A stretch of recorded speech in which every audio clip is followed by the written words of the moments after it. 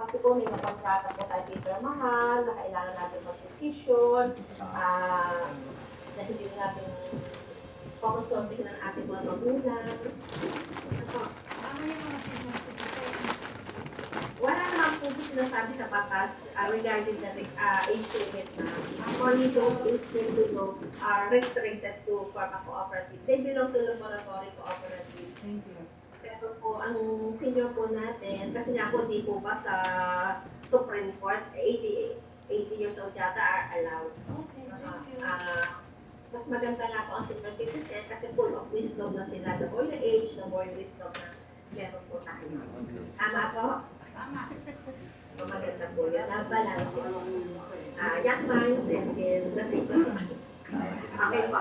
So, voluntary po wala pong sapilit. Kaya nga po hindi kami nag-organize, hindi po kami. Trabaho po yun ng mga nasa LGU, mga lambang, BPI.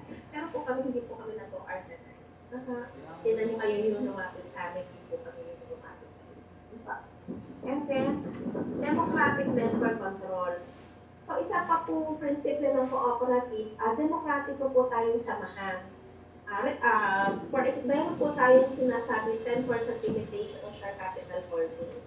So, yung ating paid-up capital ay hindi lalampas sa 10% ng total subscribed capital, which we will discuss later. Medyo mahirap mag-discuss pag webinar, maganda kasi may konti kang whiteboard, explain yung mga computation. So po, tapos unlike po ng sa SEC, di po ba pag-register? The more number of shares meron pa, the more you are entitled to your voting rights.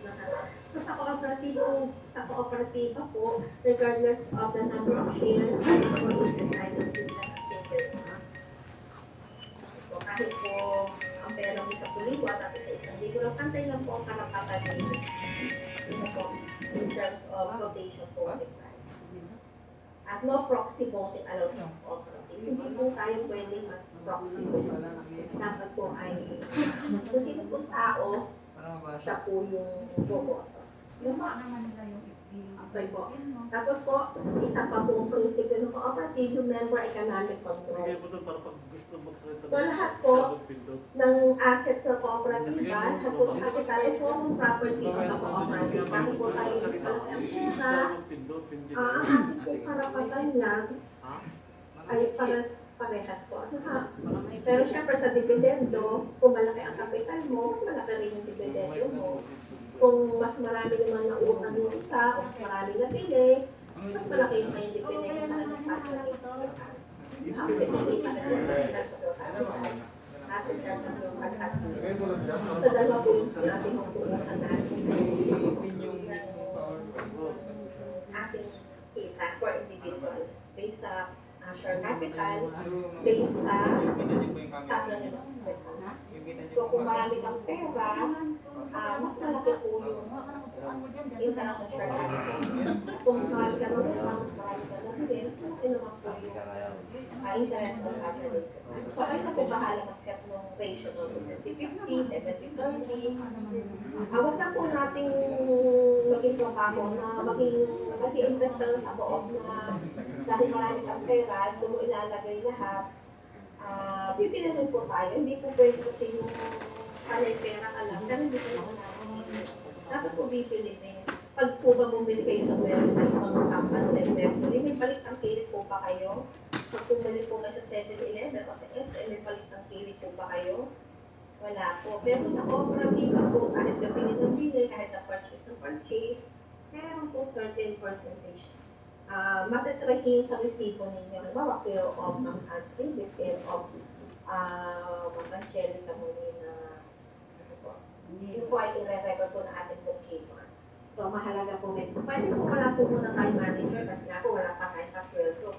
Pero hindi po pwede wala tayong bookkeeper na siya po makakawag na ating transactions. Lalo sa kaperahan. Hindi po kasi magpapalansi yun eh. Hindi po ba? Kung merong silbong na wala, cheese and mo, hindi po magbabalanse yun. Kaya po dapat ay, tuturuan po namin kayo ng bookkeeping seminar. Meron po tayo local government unit. Sila po yung bahala sa kanilang training provider. Katulad na sabi ko, a-attend po kayo doon, ang bookkeeper, at libre po yun. Ang local government po ang nagbabayad. Kasi po sila po yung president. Ano po? So marami po kayong privilege, nasa Calamba City kayo. So meron po kami yung City Cooperative office sa City Hall ng Calamba. And another principle po yung autonomy and independence. So as cooperative pa po, hindi kayo pwede pang himasukan sa inyong internal policy.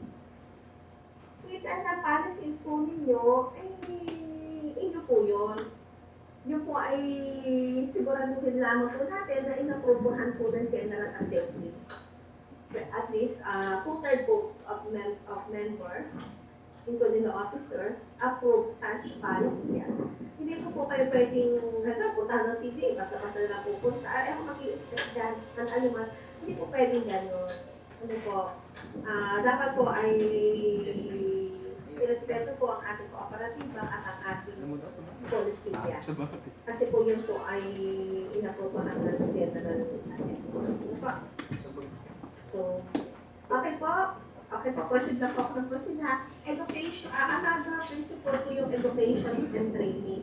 So yung education po, tuloy-tuloy po yung education sa cooperative. Ito po yung pinaka-importante kasi ito yung nag-question ng mind nyo. Pero marami pa po tayong seminar. Pwede po makontak ang CDA, post-retail, pag wala pa kayong assets na 3 million. Pag po lumampasan ng piso, sa 3 million ng assets ninyo, punta na po kayo sa trainer provider. Actually, libre rin po yun dahil mayroon nga po tayo cooperative development office. So, yung fundamentals of cooperatives, para ma-review po kayo, ano po ba yung roles and functions ng bawat isa. Kasi po, hindi naman po madalas, minsan tayo nakakapasa dahil meron tayong ibang trabaho.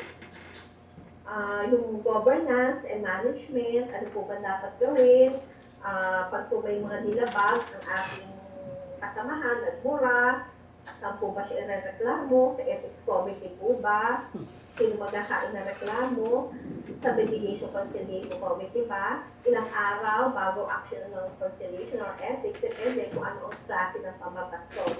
Maaaring sa ethics siya ilagay, kung siya naligaw, at kung hindi siya nagbayad, kung may iba pang away, pwede sa mediation conciliation. Ikaw sa utang na lang din bayaran. Dapat po meron mga paris at ethics at mediation conciliation. Kung kailan po nila tutugunan, ilang araw tatagal. Siyempre po may mga policy po tayo. Sino po ba unang ipapatawag natin? Yung po ba nagreklamo? O pagkatapos ng nagreklamo, papatawag natin yung ilang araw bago natin ipatawag yung nagreklamo at ilang araw bago natin sila pag-ipapin para po sila yung magkaayos. So yun po yung mga bagay na ituturo po sa inyo. Saka po yung mga internal control. Paano po ba ang sistema ng ating kaperahan? Ano po? Pwede po ba kung meron kayong farm, siya yung nagbabantay, siya pa rin yung tatanggap ng pera na pinagmilahan, siya pa rin po yung mag-o-audit ng pera ng natanggap. Pwede po ba yun? Na siya na yung bantay sa tindahan, siya na yung bumibili, siya na yung purchaser, siya pa rin yung bantay doon, siya pa rin yung mag-o-audit sa sarili niya. So yung mga bagay po na yung iiwasan na rin, hindi po pwede ko may tindahan tayo, marami pong company na ganyan, may tindera. Siya yung purchaser. Siyempre pag purchaser ka, hindi mo nga maaaring posible na yung gamit mo sa bahay ay isinasama mo dun sa tinda ng iyong cooperative. May mga case po kasi ganyan. Tapos, siya pa rin yung tao sa tindahan. And then, at the end of the day, siya pa rin nag-o-audit sa sarili niya yung mga cash out. So, wala po siyang counter checking. So, yun po yung ilang sa mga tinuturo sa internal control. So, medyo bookkeeping na po siya, accounting, internal control talaga. So, yun po yung ituturo sa inyo. 3 days po yun. 2 to 3 days po na ituturo. A-attend po kayo doon at print naman po yun. Kala mo na. Deconnector lang. Ano pa po? Another principle po ay yung